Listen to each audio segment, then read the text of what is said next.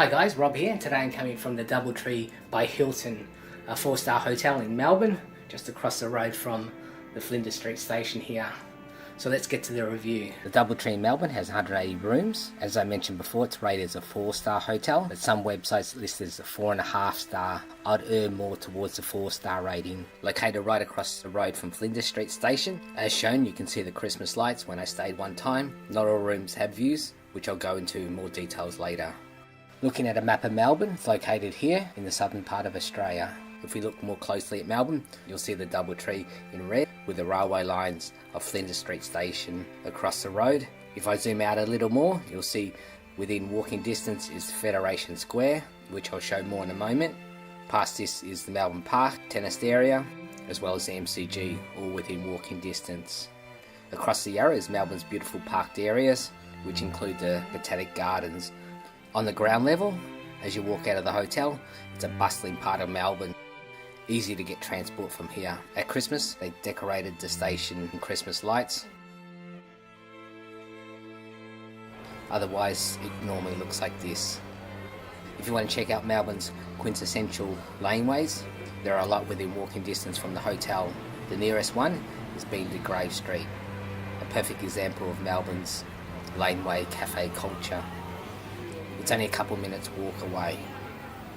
One morning when I didn't have the DoubleTree's breakfast, I came here to have breakfast. They had some really nice pancakes. Nearby is the supermarket. Further up the street is the main entrance to Flinders Street Station, an iconic image of Melbourne. Again, with the Christmas lights, it looked really good. Across the road from Flinders Street Station is Federation Square, another popular landmark in Melbourne. It's only like a 5-minute walk away from the hotel. At Federation Square they have different events going on all year round, as well as having some places to eat and drink at. Obviously for Christmas it was all about that, and usually they have a huge tree lit up at night. Actually during Christmas, all around Melbourne there's plenty of events and decorations. If you want to know more what's going on in Melbourne, have a look at what's on Melbourne website. It's very informative. Or have a look at their Facebook page. Back to the hotel. The lobby is pretty hip and stylish looking. Next to the reception is the hotel's bar, where you can get beers, wines and cocktails. At the back is the restaurant, platform 270. It's industrial, chic design, which is supposed to be inspired by Flinders Street Station and Melbourne's laneways. The food I tried here was okay. I had the char-grilled baby squid, and at night sometimes they have live music going. This is also where they serve the buffet breakfast. It was decent enough with a fair selection of dishes, which included pastries, breads, there was a juicer, hot foods, including the standard egg and bacon.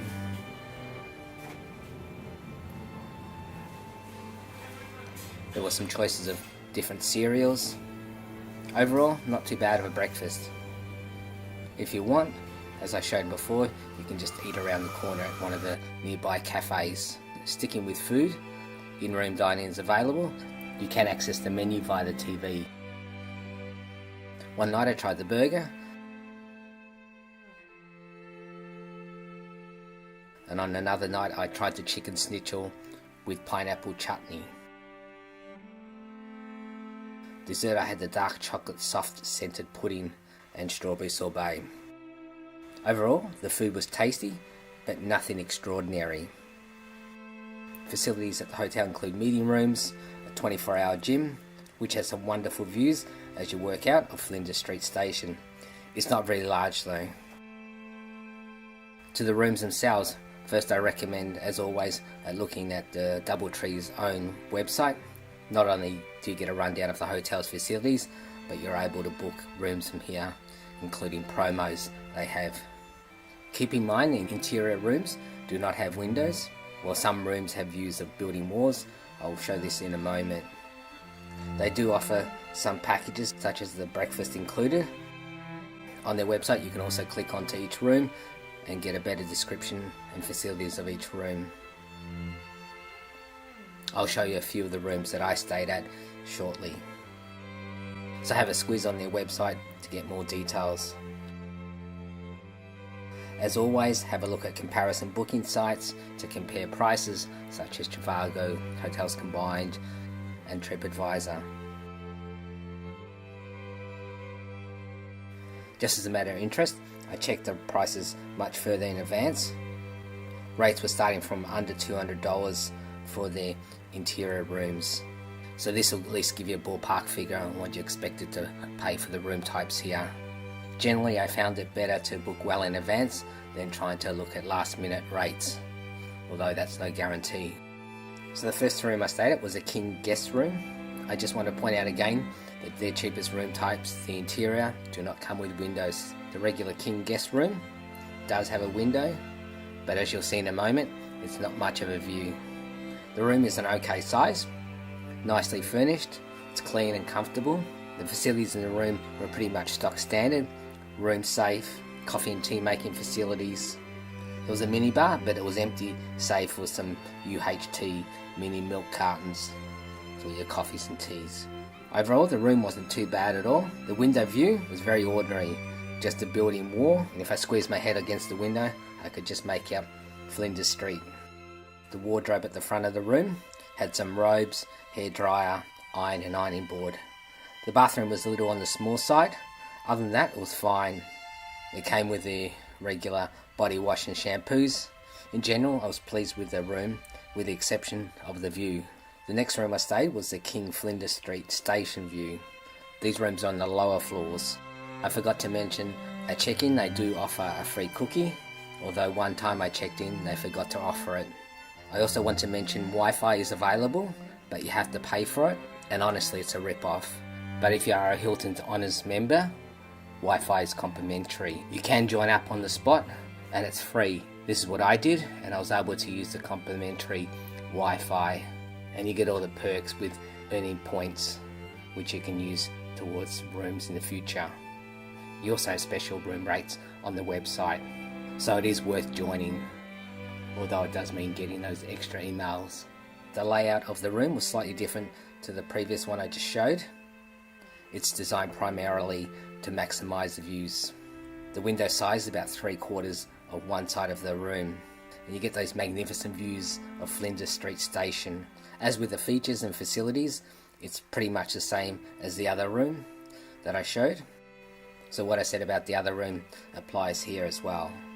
On the TV you can access the in-room dining menus, which I mentioned before. You can also check weather in other cities in Australia. You can purchase movies.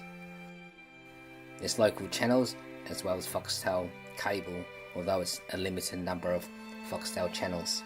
The bed's set up so you get a nice view from the bed. Even on these lower levels, it's a nice view. You do hear a little bit of traffic noise, but it's pretty minimal, but it is there. On the higher floors, it's less noticeable. The bathroom again was a bit small. It was a little bit different in the setup from the other room, but the features are the same, and I had no issues with the bathroom. It's all clean and modern. The last room I stayed at had the best views. The room setup is exactly the same as the previous room I stayed, so there's nothing new to show. It's on the higher floors of the hotel, so you get these magnificent views. These are the best views you can get from the hotel. Unfortunately, there was some bad weather when I stayed this time, and the windows were quite dirty from that. From these higher views, you get to see over the Flinders Street Station across to the Yarra. This was taken close to Christmas, so they had all the Christmas lights out, which I showed at the beginning of the video. I thought it was really nice to stay in this room with that view. So to the verdict, I quite like this hotel, but I'd definitely go for the ones with the views looking towards Flinders Street Station. The rooms without windows or ones looking towards the other building are a bit drab.